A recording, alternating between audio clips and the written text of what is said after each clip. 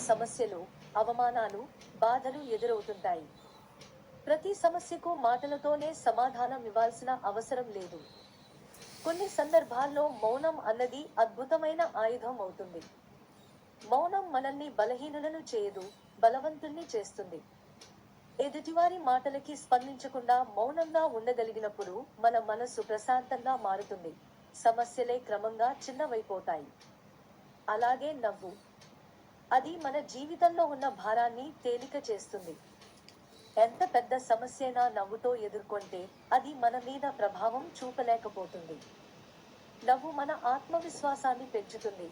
మౌనం మన గౌరవాన్ని కాపాడుతుంది. ఈ రెండు కలిసి ఉంటే సమస్యలు దూరంగా పారిపోతాయి. మౌనం సమస్యలే లేకుండా చేయగలిగే శక్తిని ఇస్తే, నవ్వు జీవితాన్ని ఆనందంగా మార్చే వరం అవుతుంది. కాబట్టి జీవితంలో ప్రతిసారి స్పందించే